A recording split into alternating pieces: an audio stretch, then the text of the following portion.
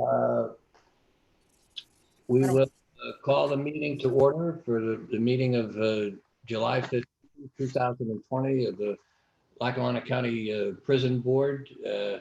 I'll ask Commissioner Dominic to start us off with the Pledge of Allegiance, if you will. Pledge allegiance to the flag of the United States of America, and to the republic which stands one nation under God, indivisible, liberty and justice for all.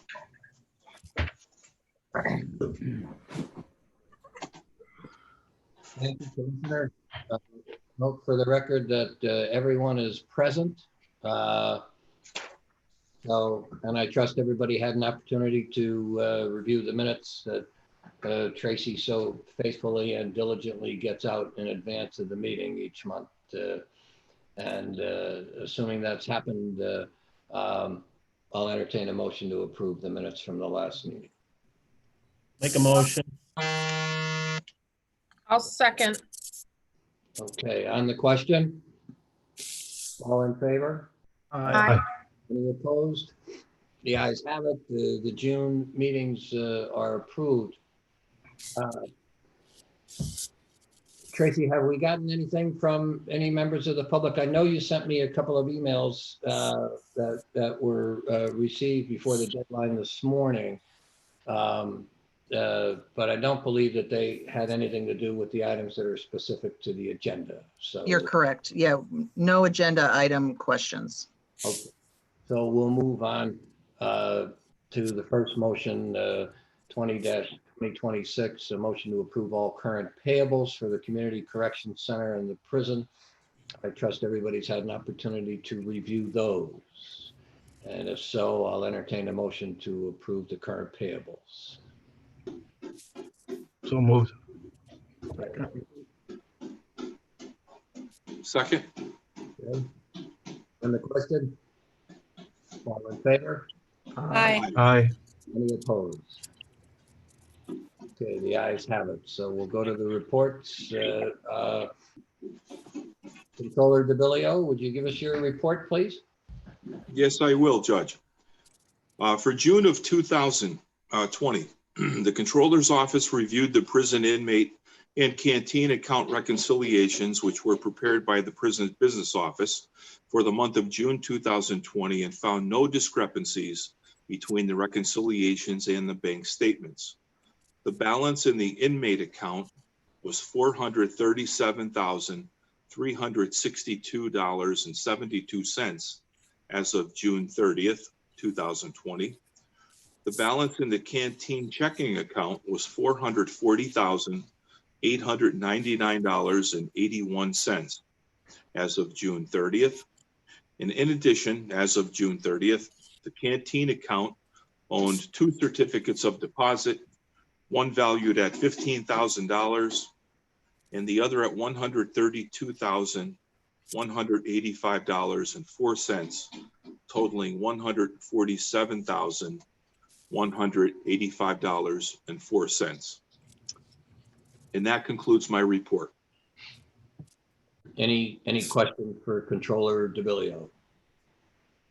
I would like to mention, Judge, if I may, that since our last meeting, the warden and I became authorized signature person signers for the CDs that we just talked about. Okay. The CD that we talked to Pliggett about at the last meeting did start a new 90-day term. That CD matures on September 17th of 2020. And we could, of course, talk about that at one of our future meetings if you'd like to.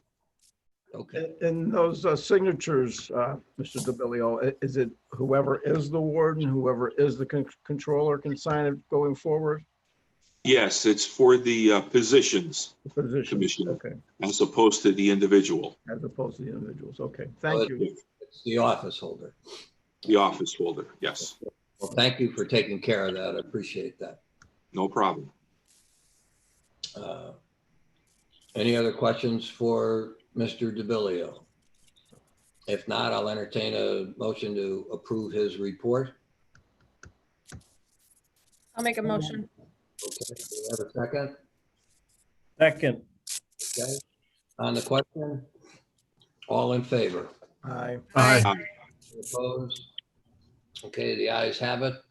Thank you, Mr. DeBillio. Next, we'll go to the correction center report, and I see staff Jeffers switch hats, and if you would, please grace us with your report for the month of June.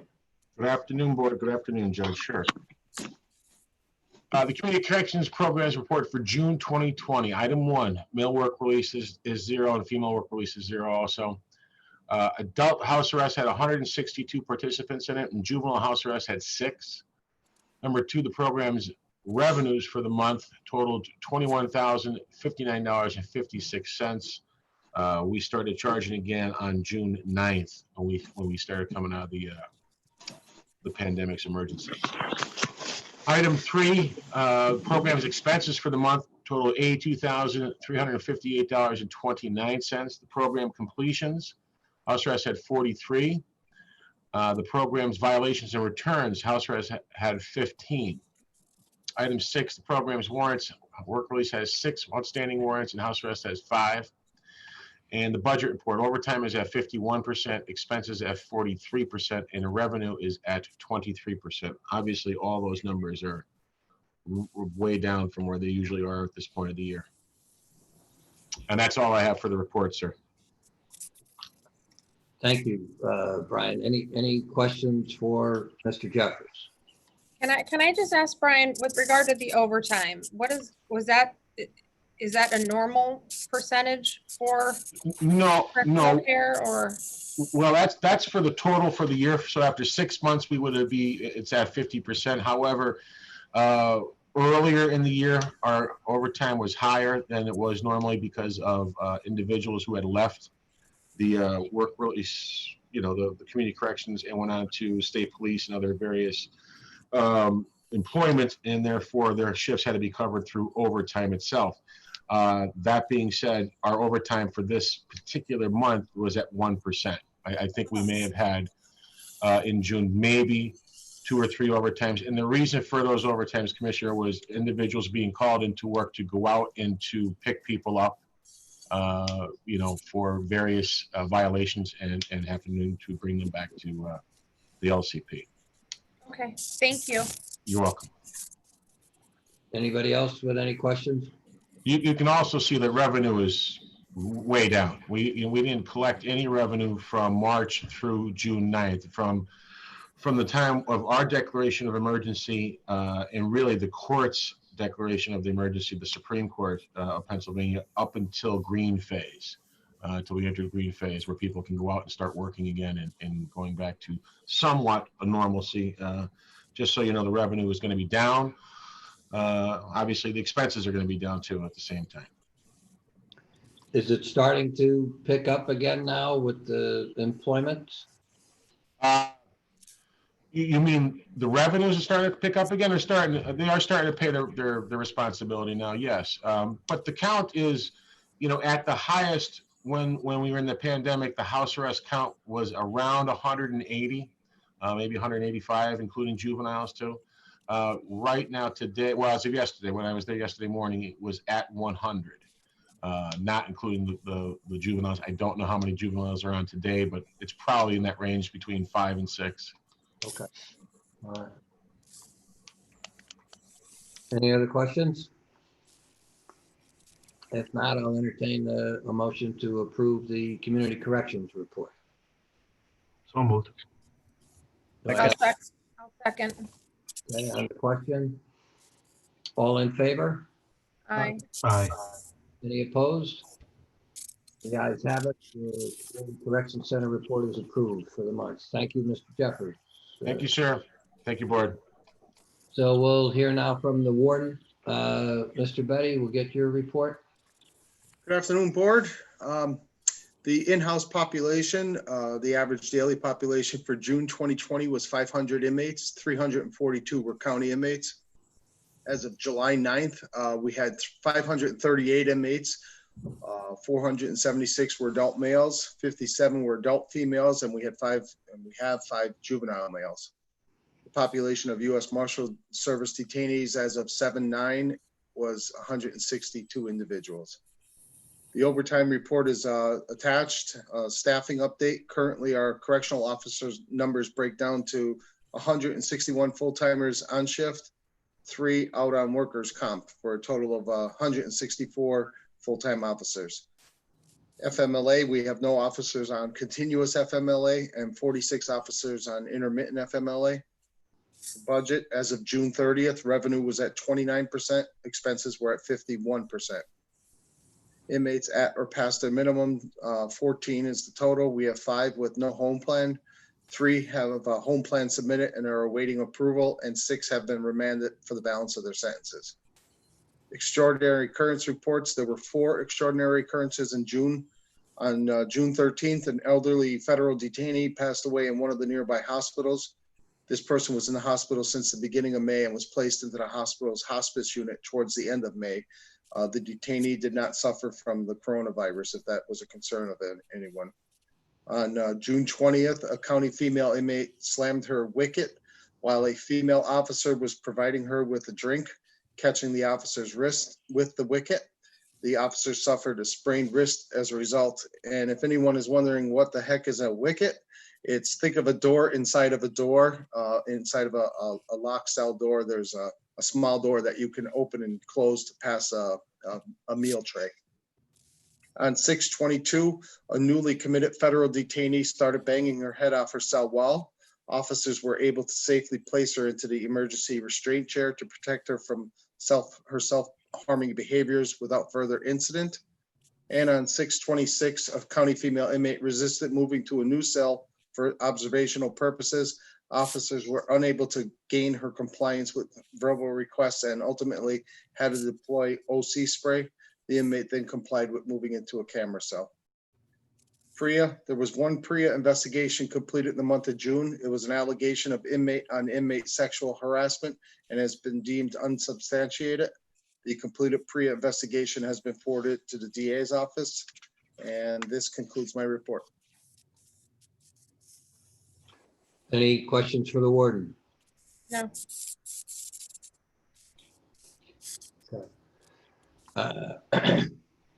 If not, I'll entertain the motion to approve his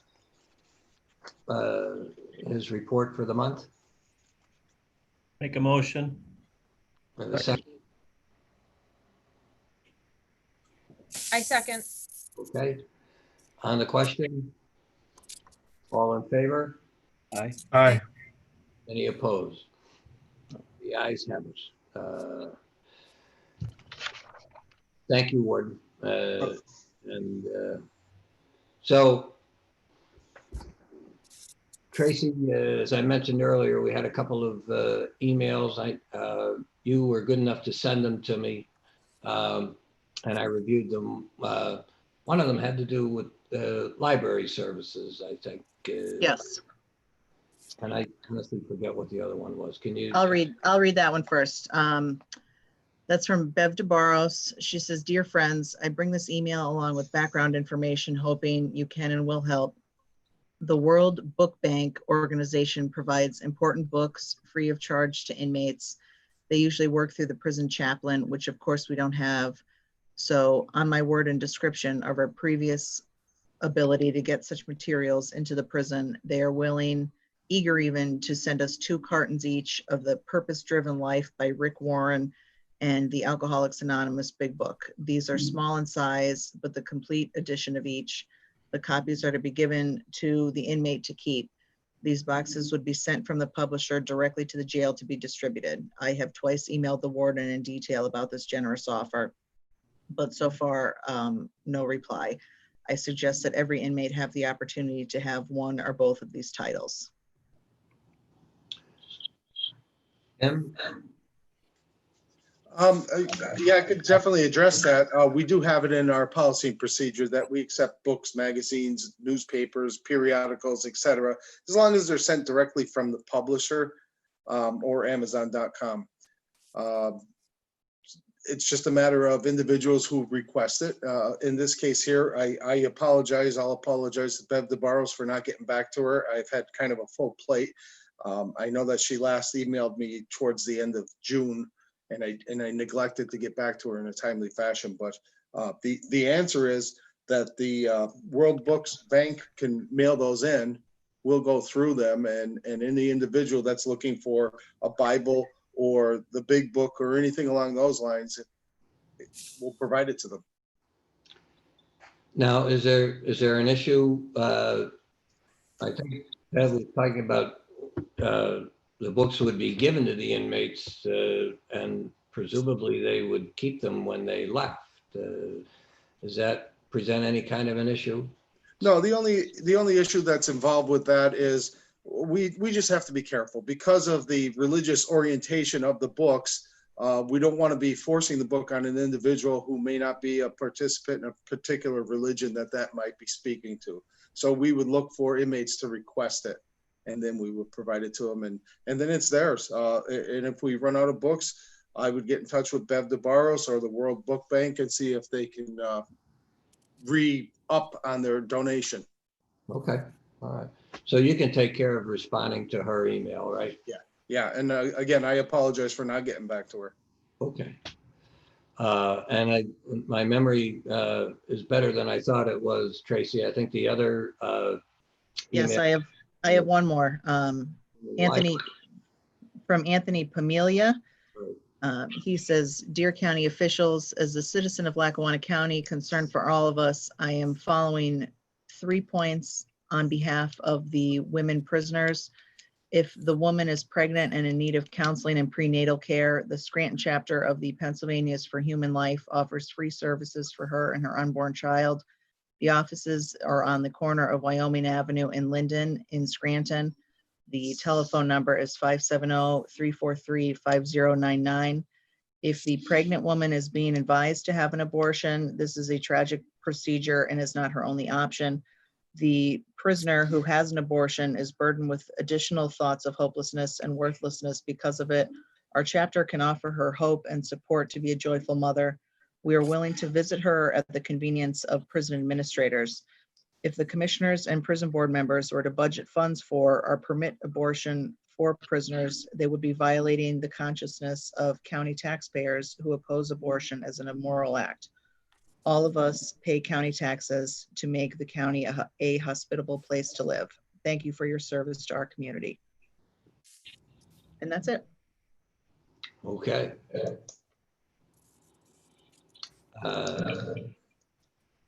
I don't have any response to that. I mean, we don't counsel one way or the other with respect to that, as far as I'm aware. And so certainly we appreciate the Pennsylvanians for Human Life reaching out to us, and we'll keep that on file and do with us if the need arises. So, and that's it in terms of comments from the public, right? That's all. Okay. Anybody on the board have any business they want to bring up? I have an item I want to talk about, but I'll let anybody else go first. Okay. I think, Warden, in one of your comments earlier, you mentioned, the policies. I think it behooves us to, review the policies and procedures from time to time. I'm coming up on, I believe, my 4th anniversary on the board, and so I think it might very well be time to undertake a board review of the policies and procedures. With the advice of our counsel, Mr. Soffinelli, involved. So I'll be talking with you, directly, Tim, to, try and get that underway. Okay. Anybody else? Nope. All right, well, I'll entertain a motion to adjourn. This isn't our shortest meeting ever, but it's pretty darn close. I'll make that motion. Do I have a second? Second. Well, we have a second, third, fourth, fifth, and sixth. On the question, all in favor? Aye. Aye. Opposed? The ayes have it. We are adjourned. Thank you all. Appreciate it. Thank you, Tracy, for making this happen so seamlessly. Thank Thank you you. all. Good Thank you.